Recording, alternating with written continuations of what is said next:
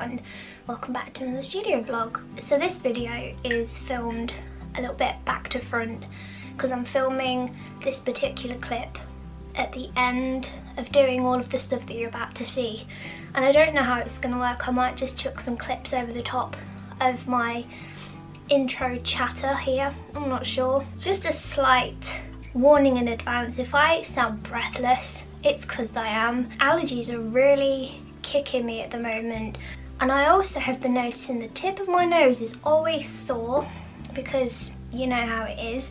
And just a little tip, if nobody's ever tried this, give it a go, because it's my go-to thing to help with a sore nose, because I find moisturiser just gets sucked straight in, not up my nose but into my skin. Delightful, welcome to my channel. But if you've got a little bit of plain lip balm, if you use coloured lip balm, that's up to you, whatever takes your fancy. I personally don't want my nose to be any more pink than it might already be, but just some plain lip balm really helps. So that's what I've been doing, and it's worked wonders. So please let me know how you're doing. How are you finding things at the moment?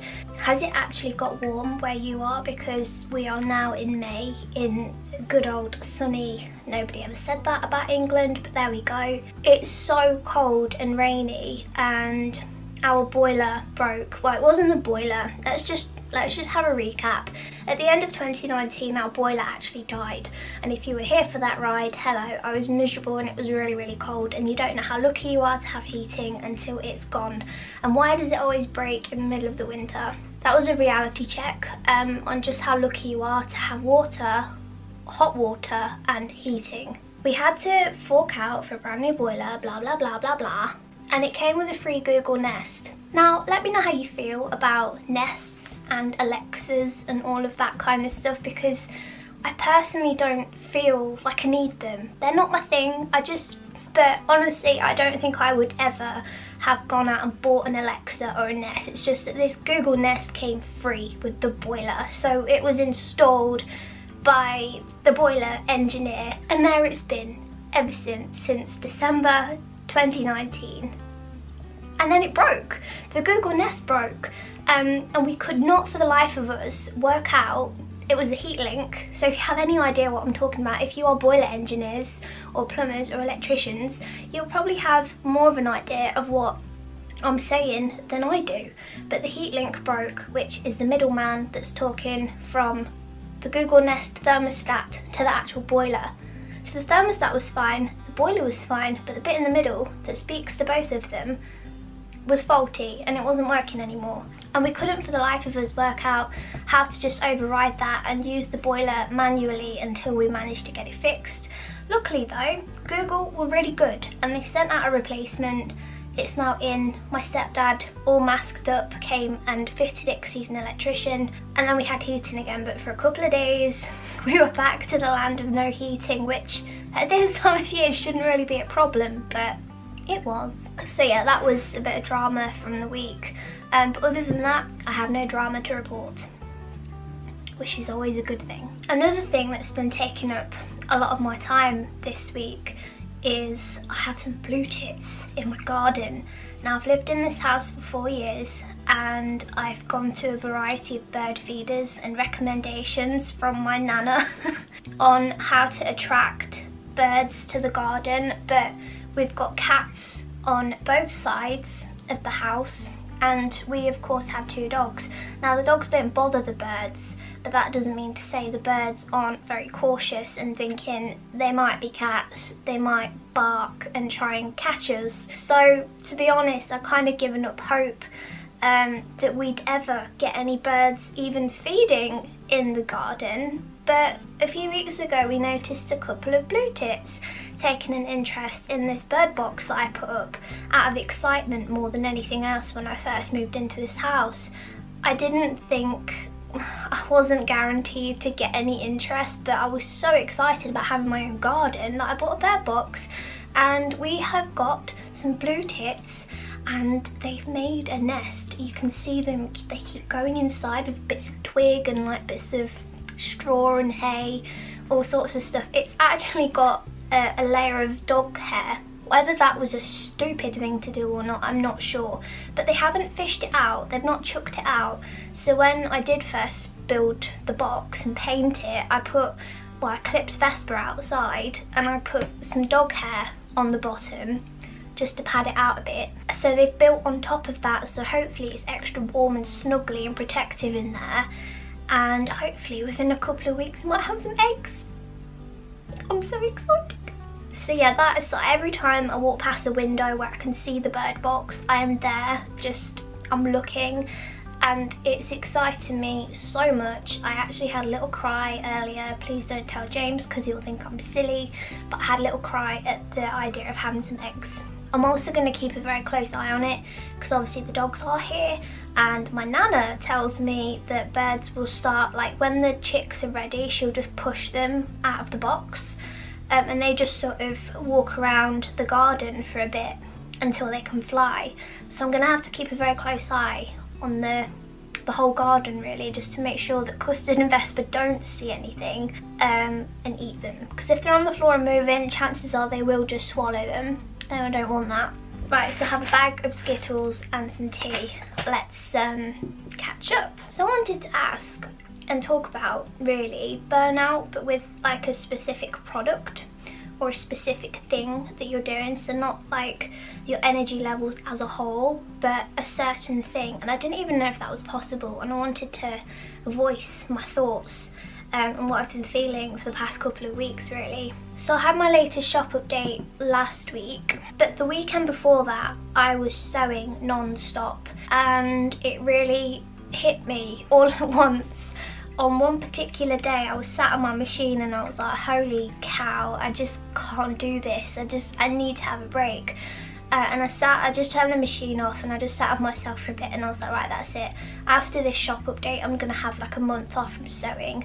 I'm gonna permit myself to do like planning and things and work out some new fabrics. It's not the end of sewing because I love it so much.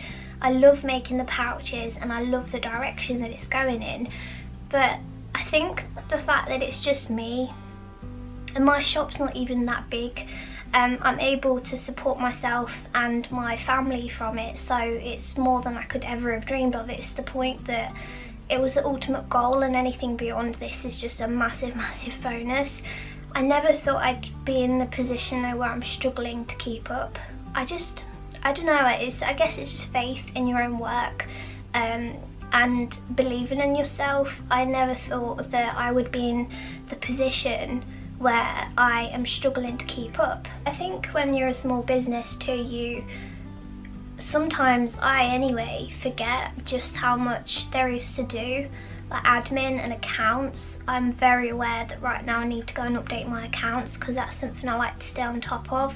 And then there's the photography and the shop updates and the admin and just general housekeeping, any avenues of income streams that you might have. So I've obviously got Patreon that I maintain as well, and don't even get me started on social media. It's a weird one. It's an energy sucking, but it's also like one of the most essential things to a lot of people and for their businesses as well. So I'm trying to sort of just monitor where I spend my time.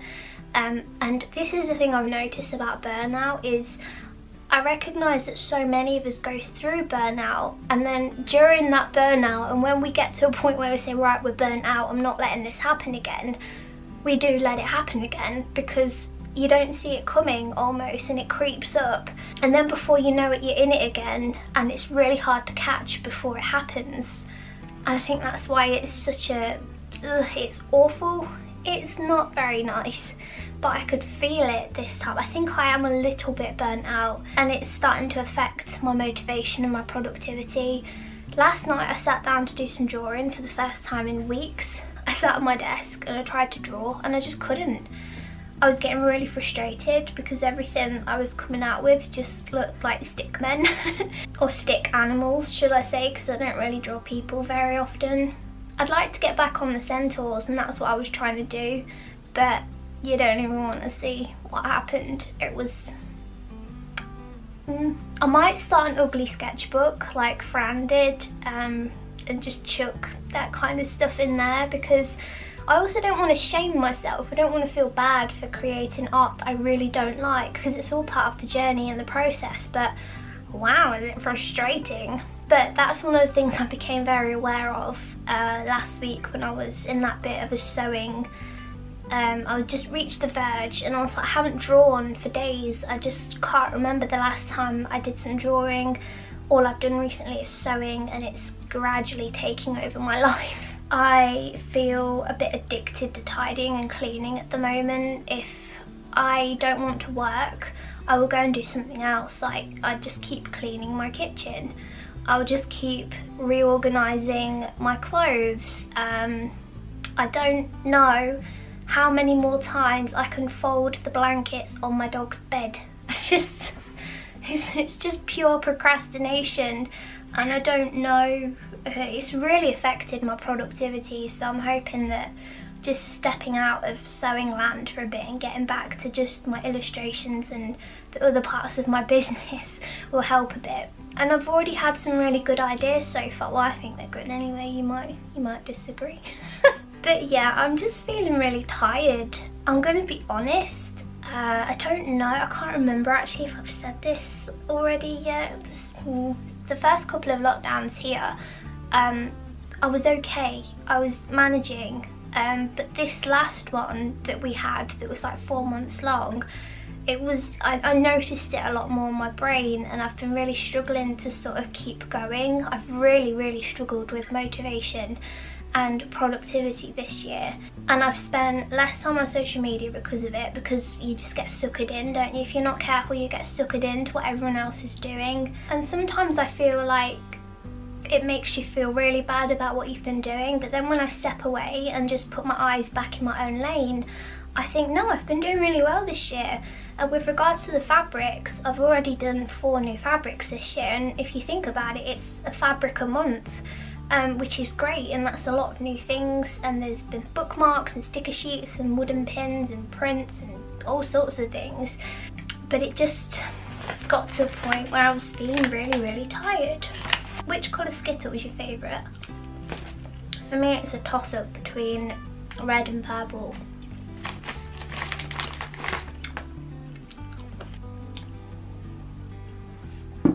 Tea's gone cold.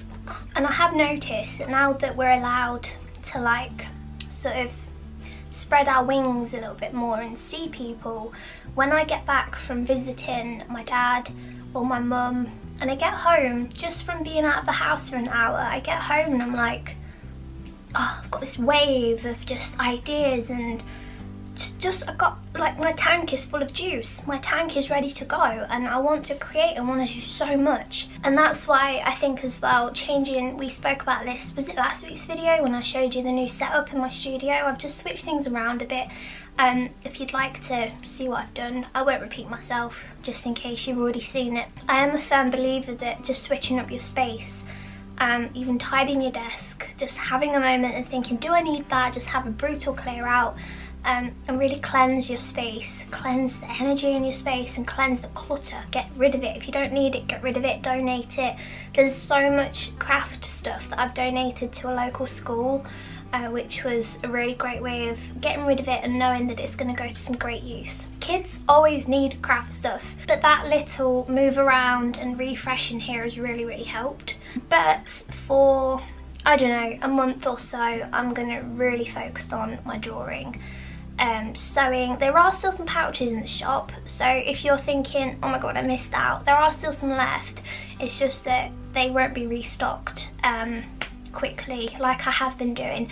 I don't know where I got the energy from, but as soon as things went out of stock, I was ordering more fabric and then sitting at my sewing machine for hours and just whizzing out another batch. But I know that it's not sustainable for me to just keep doing it every single day along with everything else. And rather than run myself into the pit of being really tired and I don't want to do anything else, I just thought now's the time to take a step back. The summer is coming, let's just grab a notebook and sit outside in the garden when this rain has gone. And that's what I want to do a lot of in May. So it feels great as well to have a fresh new month. It's the 1st of May yesterday, so we've got a nice fresh month to think about these things. Another thing that I worry about, I know this is really silly, but this it just goes through your mind when you make videos for YouTube. Is what I'm doing fun and interesting and, I don't know, inspiring or engaging enough to warrant even being a video? So if it is just me drawing for the next 4 weeks, I hope that's okay. Hopefully we can get up to some more things other than just drawing. But in my usual transparency, I just thought I'd tell you what's been floating through my brain over the last few weeks. And I love sewing. I love it to bits, but I just needed to take a little bit of a break. But before we stop talking about sewing, please let me know if you'd like to see some fabrics come back. The witchy one is coming back, as is the dragons. I've also had a request from my patrons that I do rabbits. So rabbits are going to be a new fabric. But if there are anything else, any other designs you'd like to see, please let me know and I can go away and do that. And that's the beauty of having a whole month dedicated to drawing, is you can just go away and just work on things, organise your brain and your thoughts and just file it all nice and neatly. Shall we have a green? There's green overload in here right now. Look at this, look at all the greens. So anyway, let's go.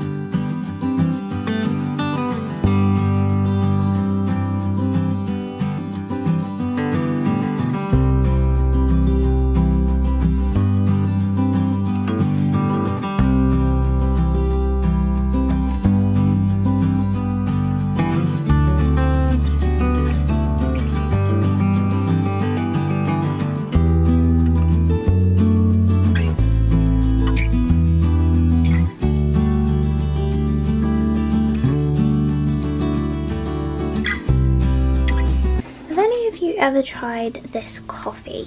I thought I'd get some to try. It's just ground coffee, because the stuff that I use at the moment, I love a coffee every day. Every morning my body's like, just have a coffee. And what I've been using for the longest time are these little round, they're like little paper pods, but they do come wrapped in like a plasticky foil that I highly doubt is recyclable. So I wanted to try out some ground coffee, and I just thought I'd try this brand out. I love the branding on it. So when you've run out, you can just get a subscription style thing going, and it comes in paper bags in a box, letterbox friendly box I think, and then you can just keep refilling your tin. So I'll let you know how we get on with that. I just thought I'd try and see if we can reduce our household waste a bit more and see how we get on with this one. But it's really cool looking. I hope it tastes as nice as it looks.